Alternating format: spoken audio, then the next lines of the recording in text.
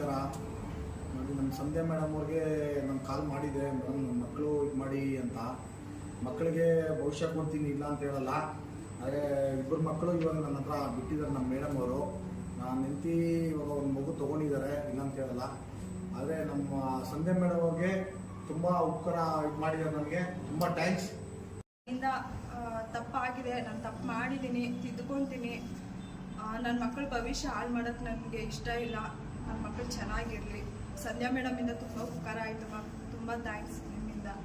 ನನ್ನ ಮಕ್ಕಳ ಭವಿಷ್ಯ ನಂಗೆ ಹಾಳು ಮಾಡೋಕ್ಕೆ ಇಷ್ಟ ಇಲ್ಲ. ನನ್ನ ಮಕ್ಕಳ ಭವಿಷ್ಯ ನಾನು ನೋಡ್ತೀನಿ, ಅವರು ನೋಡಲಿ. ತಂದೆ ಆದವರು ನೋಡಬೇಕು, ಅವ್ರ ಮಕ್ಕಳ ಜವಾಬ್ದಾರಿ ಅವರು ತಗೊಳ್ಳಿ, ನಾನು ತಗೊಳ್ತೀನಿ. ಇಬ್ಬರು 3 ಜನ ಮಕ್ಕಳ ಜವಾಬ್ದಾರಿ ತೊಗೊಂಡು ನೋಡ್ಕೊಂಡು ಹೋಗ್ತೀನಿ. ಮಕ್ಕಳ ಭವಿಷ್ಯ ಮಾತ್ರ ಹಾಳು ಮಾಡಲ್ಲ ಮ್ಯಾಮ್. ಗೊತ್ತಿದ್ದೇನೋ ನನ್ನಿಂದ ತಪ್ಪಾಗಿದೆ, ನನ್ನಿಂದ ಕ್ಷಮಿಸಿ ಮ್ಯಾಮ್ ಅಷ್ಟೇ. ಒಬ್ಬರ ಬಗ್ಗೆ ಕಮೆಂಟ್ ಮಾಡಬೇಕಾದ್ರೆ, ಒಂದು ಹೆಣ್ಣು ಬಗ್ಗೆ ಕಮೆಂಟ್ ಮಾಡಬೇಕಾದ್ರೆ ಹಂಗೆ ಹಿಂಗೆ ಅಂತ ಮಾಡೋದಲ್ಲ. ನಿಮ್ಮನೇಲೂ ಹೆಣ್ಮಕ್ಳು ಇರ್ತಾರೆ, ನಿಮ್ಮನೇಲೂ ಹೆಣ್ಮಕ್ಳು ಇರೋದನ್ನ ನೀವು ಯೋಚನೆ ಮಾಡಿ. ಒಬ್ಬರು ಹೆಣ್ಣು ಬಗ್ಗೆ ಕೆಟ್ಟದಾಗ ಮಾತಾಡೋದಲ್ಲ. ಬಟ್ ಒಳಗಡೆ ಏನಿದೆ ಅನ್ನೋದು ನಮಗೆ ಮಾತ್ರ ಗೊತ್ತಿರುತ್ತೆ, ಅದು ನಿಮಗೆ ಗೊತ್ತಿರಲ್ಲ. ಗೊತ್ತಿದ್ದೇನೋ ನನ್ನ ಕಡೆಯಿಂದ ತಪ್ಪಾಗಿದೆ ಮ್ಯಾಮ್. ಬಟ್ ನನ್ನ ಮಕ್ಕಳ ಭವಿಷ್ಯ ಹಾಳು ಮಾಡಲ್ಲ. ನನ್ನ ಮಕ್ಕಳನ್ನ ಚೆನ್ನಾಗಿ ನೋಡ್ಕೊಂಡು ಹೋಗ್ತೀನಿ, ನನ್ನ ಮಕ್ಕಳನ್ನ ಚೆನ್ನಾಗಿ ಓದಿಸ್ತೀನಿ ಮ್ಯಾಮ್.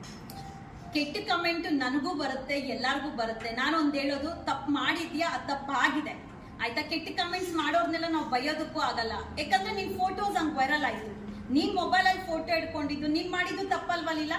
ಕೆಟ್ಟ ಕಮೆಂಟ್ ಮಾಡಿದರೆ ನೀನ್ ಒಳ್ಳೆಯೊಳಾಗಿ ಬದಲಾಗು, ಖಂಡಿತ ಒಳ್ಳೆ ಕಮೆಂಟ್ಸ್ ಬಂದೇ ಬರುತ್ತೆ. ಜನರು ನಮ್ನ ತೆಗ್ಲೋದು ಅವ್ರೆ, ಹೊಗಳೋದು ಅವ್ರೆ. ನಿನ್ ಬದಲಾವಣೆ ಏನಿರುತ್ತೆ ಆ ತರ ಜನ ಕಮೆಂಟ್ಸ್ ಆ ತರ ಆಗ್ತಾ ಇರ್ತಾರೆ.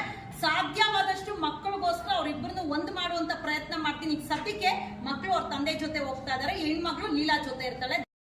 ನಮ್ಮ ಸಂಧ್ಯಾ ಮೇಡಮ್ ಅವರು ಬಂದು ನನ್ನ ಮಕ್ಕಳನ್ನ ಕೊಡ್ಸ್ಕೊಟ್ಟಿದ್ದಾರೆ. ಇಬ್ಬರು ಮಕ್ಕಳು ನನ್ನ ಜೊತೆಲೇ ಇದ್ದಾರೆ, 3 ಜನ ಇಲ್ಲೇ ಇದ್ದಾರೆ.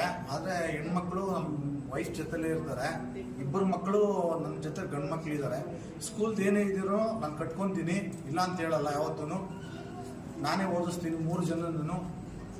ನಮ್ಮ ಜವಾಬ್ದಾರಿ ನಮ್ಮದೇ ಇರಲಿ.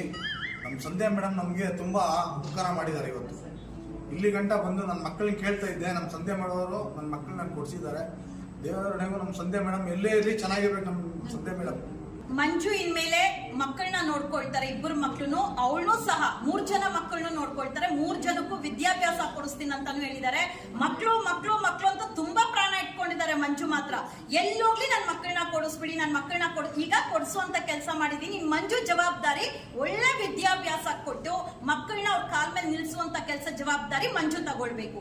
ತಂದೆ ತಾಯಿ ಜಗಳಕ್ಕೆ ಮಕ್ಕಳು ಮಾತ್ರ ಬೀದಿ ಪಾಲಾಗುವಂತದ್ದು ಎಲ್ಲೂ ಆಗ್ಬಾರ್ದು. ಯಾಕಂದ್ರೆ ಇವರೇ ತಾನೇ ಹುಡ್ಸಿರ್ತಾರೆ, ಇವರೇ ಸಾಕ್ಬೇಕು, ಇವರೇ ಜವಾಬ್ದಾರಿ ತಗೊಳ್ಬೇಕು. ಆ ಒಂದು ಕಾರಣಕ್ಕೆ ಇವತ್ತು ನಾನ್ ಬಂದಿರೋದು ಲೀಲಾ ಪರವಾಗೂ ಅಲ್ಲ, ಮಂಜು ಪರವಾಗೂ ಅಲ್ಲ. ಮಕ್ಕಳನ್ನ ಒಂದು ಮಾಡೋದಕ್ಕಷ್ಟೇ.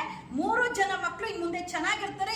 ಏನ್ ತಪ್ಪು ಮಾಡಿದ್ರೆ ನಮ್ಗೆ ಗೊತ್ತಿಲ್ಲ, ಬಟ್ ಅವ್ರ ವಿಷಯದಲ್ಲಿ ನಾವು ಇದು ಮಾಡೋಕ್ಕಾಗಲ್ಲ. ಮಕ್ಕಳ ಭವಿಷ್ಯ ಬೇಕು, ಯಾಕಂದ್ರೆ ಮಕ್ಕಳು ಭವಿಷ್ಯ ಹಾಳಾಗ್ತದೆ. ಎಜುಕೇಶನ್ ಹೋಗ್ತಾ ಇದೆ ಅವ್ರಿಗೆ, ಅದರಿಂದ ಮಕ್ಕಳ ಭವಿಷ್ಯ ಹಾಳಾಗುತ್ತೆ ಅಂತ ಹೇಳ್ಬಿಟ್ಟು ಅವ್ರ ಜವಾಬ್ದಾರಿ ನಾನು ತಗೊಂತಾ ಇದ್ದೀನಿ. ಅವ್ರ ಸ್ಕೂಲ್ಗೆ ಎಲ್ಲ ನಾವೇ ಇದು ಮಾಡ್ಕೊಂಡು ಅವ್ರನ್ನ ಒಳ್ಳೆ ಜವಾಬ್ದಾರಿಯಿಂದ ಇದು ಮಾಡ್ಕೊಂಡು ಕಳಿಸ್ತಾ ಇದ್ವಿ ನಾವು. ಅದಕ್ಕೆ ಇವತ್ತು ಬಂದಿದ್ದೀವಿ. ಮೇಡಮ್ ಇದರಿಂದ ನಾವು ಮಕ್ಕಳನ್ನ ತಗೊಂಡು ಸ್ಕೂಲ್ಗೆ ಕರ್ಕೊಂಡೋಗಿ ಅವ್ರ